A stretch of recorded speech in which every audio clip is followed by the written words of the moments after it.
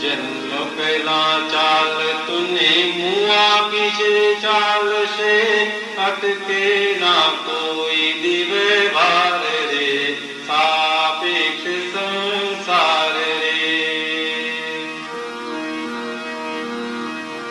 જન્મ પહેલા પારણને મુઆ પીછે લાકડા, સગાવાલા રાખશે તૈયાર રે, વચ્ચે ગાર જંજાર રે.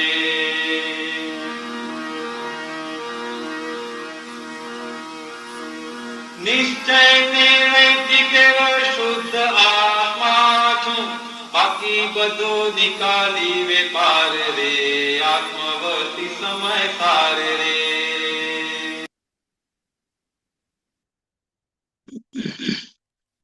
જય સચ્ચિદાનંદ. આ મન વચન કાયા નામની માયા, ભાવ કર્મ દ્રવ્ય કર્મ નો કર્મ એટલે મન વચન કાયા, બુદ્ધિ ચિત્ત અહંકાર, જે આપણને લાગેલું છે, ચોંટેલું છે, એ વ્યવહાર એનો એન્ડ નથી, અનાદિ અનંત છે. અને એનો જવાબ શું આપ્યો? એ વ્યવહાર આખો જે છે તે કુદરતના હાથમાં છે. એટલે આપણે કેવી રીતે રહેવું એ સમજી જવું. કેટલી વાત જોવાની કે આ વ્યવહાર, પહેલા તો નંબર 1, આ વ્યવહારમાં જ્યાં ખેંચ પકડ આગ્રહ ને બધું થાય છે ને, તેના ખૂબ પ્રતિક્રમણ કરવા ઘટે. કારણ કે જે વીટાઈને આવેલો છે તેની પાછળ આપણે શું માથાકૂટ કરવાની. એટલે જે બહાર આગ્રહ રહે છે, આમ નથી કરતા, તેમ નથી કરતા, આમ જ હોવું જોઈએ, આવું તો કઈ ચાલે, એમ કરીને,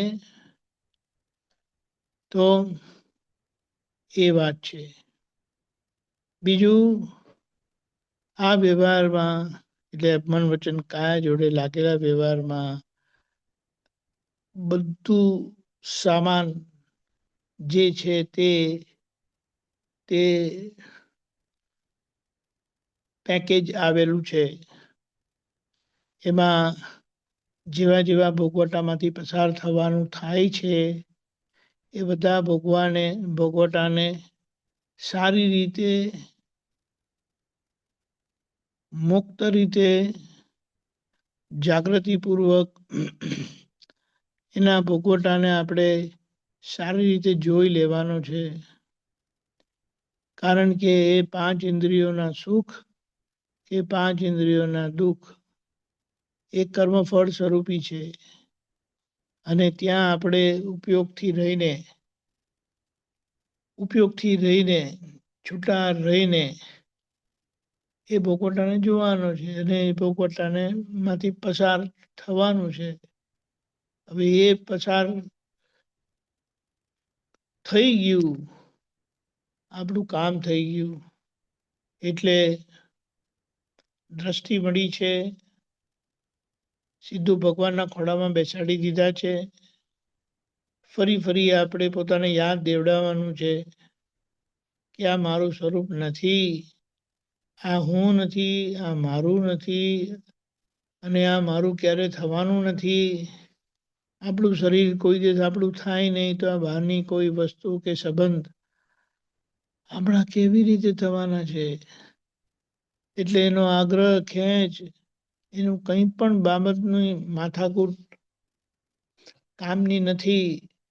અને આ બધામાં નુકસાન શું જાય છે? આપણને હાથમાં આપેલો પરમાનંદ. આજનો પરમાનંદ જે છે એ આખું ચૂકી જવાય છે. એટલે આપણે આપણા પરમાનંદમાં રહીએ. શરીર સાજું થાય, નબળું થાય, બધું એ થાય, તંદુરસ્ત રહે, બધા એમાં ફેરફાર થયા કરે, પણ આપણામાં ફેરફાર થતો નથી. અને ખરેખર જોવા જાય ને તો જે રીતે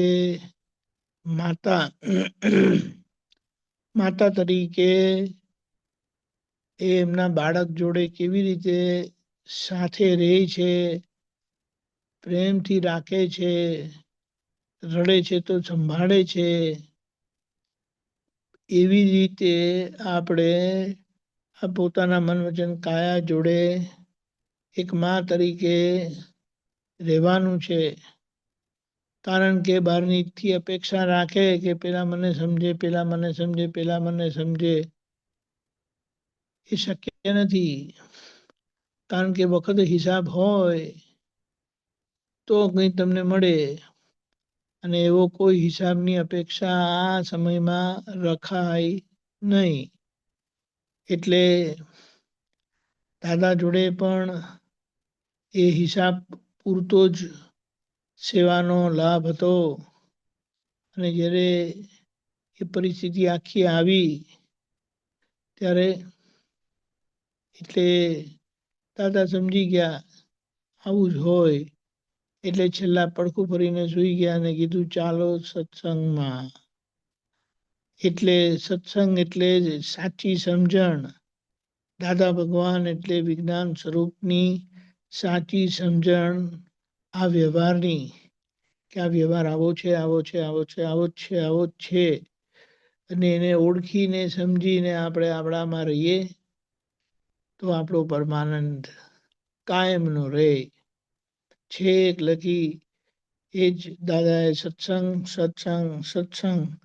એટલે આપણે સત્સંગનો લાભ જ્યારે પણ જે રીતે પણ લેવાતો હોય, પ્રત્યક્ષ લેવાય એના જેવું એક કોઈ નથી.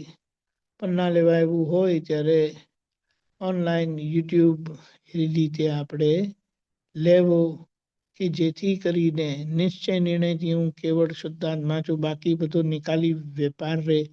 એ બાકી બધા નિકાલી વેપારમાં આપણે હાજર રહીને એના ભોગવટામાંથી પસાર થઈને એને મુક્ત કરી દઈએ.